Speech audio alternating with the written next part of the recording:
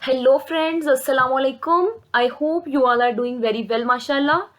So let's start our today's lecture. In this video, we'll learn philosophy. Okay, what is philosophy and how many types of philosophy? Let's start our lecture. Okay, first of all, let's see what is philosophy. बल्कि नहीं, philosophy नहीं, सबसे पहले हम ये देखते हैं कि why we read the subject philosophy in English literature. Okay, English literature में हम फिलोसफी क्यों पढ़ते हैं? फिलोसफी क्या होता है? फिलोसफी होता है किसी भी पर्सन का कोई डॉक्ट्राइन बन जाता है, उसका अपना कोई लाइफ का नज़रिया बन जाता है, कोई ऐसी थॉट जिसको वो कहता है कि we are listening this word from our childhood. Okay, ये तो आप सबको पता है, हम सब ये सुन रहे हैं कि फिलोसफी है, उसकी फिलोसफी अपनी है, वो अपनी चलाता है. मतलब ये कि लाइफ को लेके कोई ऐसा नज़रिया अपना लेना, कोई तरीका ले लेना कि मुझे ये काम सही लगता है. जैसे मुझे लगता है कि लाउडली पढ़ने से हमें याद नहीं होता ठीक से, सही है ना? मैं जब पढ़ती हूँ तो मोस्टली मेरे लिप्स भी मूव नहीं करते, बस आई से रीड करना होता है, वो ज़्यादा देर तक हमें याद रहता है. ठीक है, ये मेरी फिलॉसफी है. तो लेकिन बुक्स में हम जो फिलॉसफी पढ़ते हैं, अब हर बंदे की उठा के फिलॉसफी थोड़ी हम लिख सकते हैं बुक में. ठीक है, जो हम बुक में हम फिलॉसफी लिटरेचर में इसलिए पढ़ते हैं, फिलॉसफी हम लिटरेचर में इसलिए पढ़ते हैं कि हमने ये देखना होता है कि हमारी हिस्ट्री में जो हमसे पहले पास्ट था उसमें लोगों की क्या फिलॉसफीज थी, वो अपनी लाइफ को किस फिलॉसफी के अकॉर्डिंग स्पेंड करते थे, कौन सी फिलॉसफी ज़्यादा अच्छी थी, कौन सा आइडिया ज़्यादा अच्छा था जिससे उनकी लाइफ में काफ़ी प्रॉफिट हुआ, उनको काफ़ी बेनिफिट हुआ. ठीक है, इसलिए हम फिलॉसफी पढ़ते हैं क्योंकि हमने काफ़ी सारे राइटर्स पढ़ने होते हैं इंग्लिश में. ठीक है ना, काफ़ी ज़्यादा पोइट्स, नॉवलिस्ट, ड्रामाटिस्ट, ये सारे हमने पढ़ने होते हैं फिलोसफी इंग्लिश लिटरेचर में. ठीक है, सो फिलोसफी से हमें पता चलता है कि किस एज में कौन सी फिलोसफी थी और इन फिलोसफी से उस एज पे क्या इफेक्ट हुआ, इसलिए हम पढ़ते हैं philosophy. So let's see what is philosophy. The most general definition of philosophy is it is the pursuit of wisdom. Pursuit क्या होता है? नॉलेज, इंफॉर्मेशन, किसी की साइट लेना, उसे क्या कहते हैं? Pursuit. Pursuit of wisdom, truth and knowledge. ठीक है, जिसमें विजडम भी हो, ट्रूथ भी हो, नॉलेज भी हो. जैसे कि मैंने आपको बताया, every person have their own philosophy. ठीक है, लेकिन it is not important that every person philosophy is mentioned in our book. ठीक है, ऐसा जरूरी नहीं है कि हर पर्सन की फिलोसफी उठा के अपनी बुक में डाल दें हम. फिलोसफी क्या होती है? एक नॉलेज, एक आइडिया प्लस गुड रीजनिंग. ठीक है, नॉलेज और आइडिया प्लस गुड रीजनिंग. उसका एक रीजन भी अच्छा होना चाहिए, उसका इफेक्ट अच्छा होना चाहिए. उस पर रिसर्च, एक फिलोसफी पे रिसर्च की जाती है, उसको चेक किया जाता है क्या इस इंसान ने जो बात कही है क्या वो सच है, क्या उसका कोई प्रूफ है, उसका इफेक्ट क्या है. Then it became a philosophy and we mentioned it in our book. Okay, so क्या होती है फिलोसफी? जो कि नॉलेज होता है, इंफॉर्मेशन होती है विजडम की, अक्लमंदी की, ट्रूथ की एंड नॉलेज, और किसी भी इल्म की. ठीक है, इंडीड बिलाशिबा the word itself means love of wisdom. Philosophy का मतलब ही क्या है? Love for wisdom. ठीक है, यानी कि कोई भी बात करना, ऐसी बात जिसमें विजडम हो, कोई ना कोई इंटेलिजेंस हो, एनी अपनी तरफ से कुछ नहीं बता देना किसी को. ठीक है, उसमें लॉजिक होना चाहिए. ठीक है, ये एक ग्रीक का वर्ड है. फिलोसफी किससे स्टार्ट हुआ है? ये ग्रीक लैंग्वेज के वर्ड से स्टार्ट हुआ था. ठीक है, philia means beauty and philosophy, sophia, philia means knowledge and sophia means beautiful. क्या होता है इसका मतलब? नॉलेज का, इसका फिलोसफी का मतलब होता है love of knowledge. Philia means love, Sophia means wisdom. फिलियो भी होता है, कहीं पे फिलिया मेंशन है किसी वेबसाइट पे फिलियो है. मोस्टली फिलियो होता है. फिलियो मीन्स लव और Sophia means wisdom, love of wisdom, यानी कि अक्लमंदी की बात कोई भी. Philosophy is a combination of two Greek word, फिलियन एंड सोफिया. ठीक है, meaning love of wisdom, the study of the fundamental nature of knowledge. ये डेफिनेशन है फिलोसफी के. क्या होता है फंडामेंटल नेचर ऑफ नॉलेज? हमें पता चलता है कि नॉलेज कैसा है, हमें जो हमारा नॉलेज है वो किस टाइप का है, हमारे पास उसका क्या प्रूफ है. Reality, knowledge of reality and existence, हमारी एग्जिस्टेंस क्या है, especially when considered as an academic discipline, जब हम एकेडमिक डिसिप्लिन यानी कि अपने अब जैसे कि हम इस वीडियो को क्यों देख रहे हैं, नॉलेज गेन करने के लिए, ठीक है, फन के लिए नहीं देख रहे कि अगर किसी को शौक है वो फिलोसफी देख रहा है, ठीक है। सो हमें एकेडमिक डिसिप्लिन में हम ये सब इसकी डेफिनेशन वगैरह इसको समझने के लिए फिलोसफी रीड करते हैं।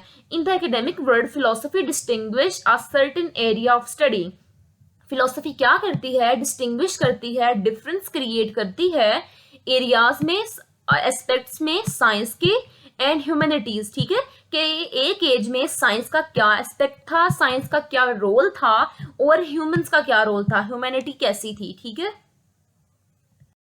These are some key points about philosophy. The first one is philosophy has been coined by a great scholar Pythagoras. ठीक है, ये नेम तो आपने सुना ही होगा, बचपन में ही सुना होगा, पाइथागोरस। हमने पढ़ा है मैथ्स में फॉर्मूला। अगर किसी ने उर्दू मीडियम पढ़ा है तो पाइथागोरस उर्दू में होता है फीसागोरस, ठीक है, आपने पढ़ा होगा लाजमी, a² = b² + c²। सो ये है Pythagoras.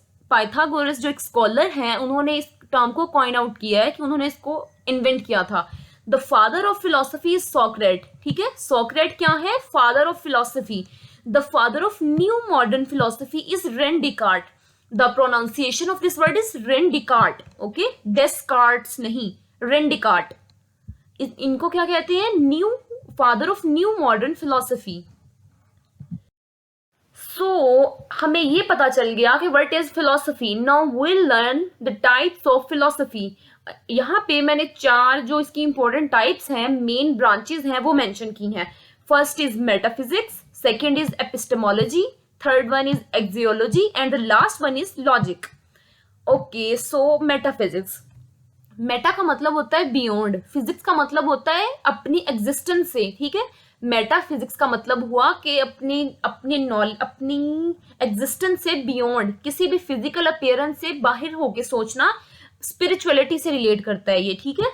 Metaphysics is a branch of philosophy that considers the physical universe, हमें नॉलेज देता है यूनिवर्स का and the nature of ultimate reality. क्या बताता है हमें कि रियलिटी का नेचर कैसा है, रियलिटी का नेचर कैसा है।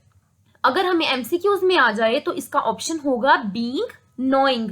बीइंग का मतलब है ह्यूमन, यानी कि एक इंसान को इल्म होना, नोइंग का मतलब है जानना, किसी चीज के बारे में जानना।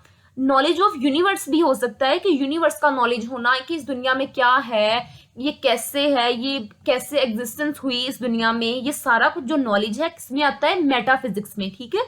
अगर तो ऑप्शन हो, the best one is universe, the knowledge of universe, ठीक है। And the second important is being, knowing, ठीक है, कि एक बीइंग को नोइंग, जानना, किसी चीज के बारे में जानना, उसे क्या कहते हैं, मेटाफिजिक्स।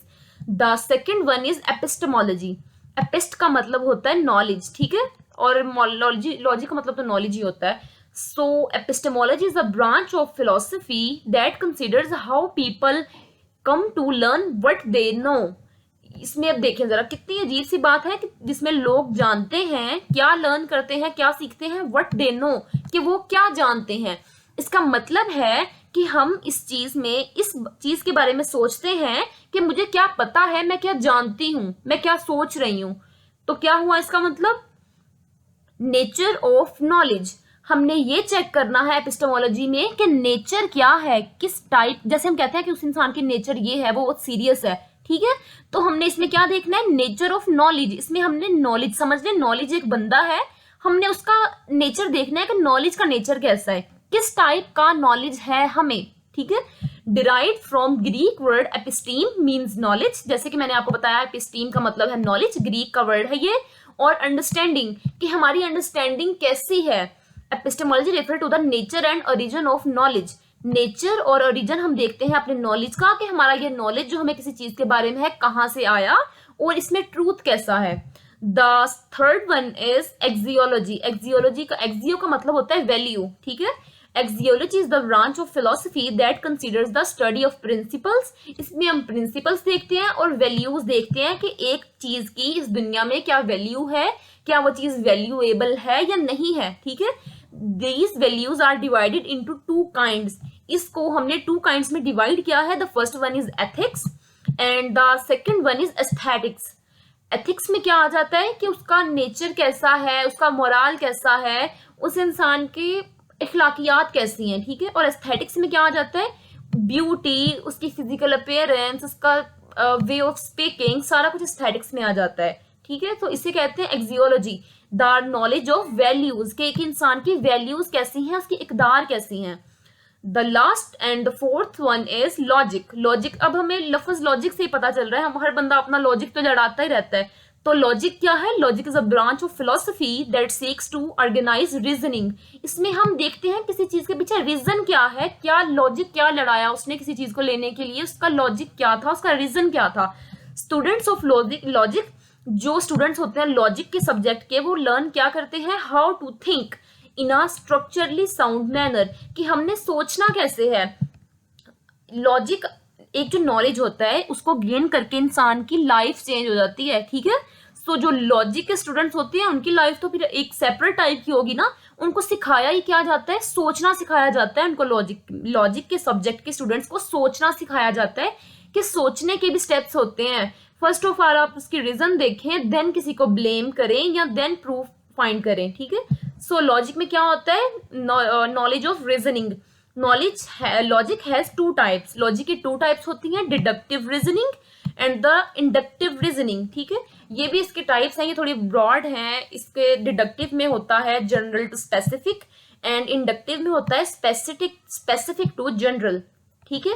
सो ये इसकी टाइप्स हैं फिलोसफी की। Thanks for watching my video. If you have any question, please ask me. Allah Hafiz.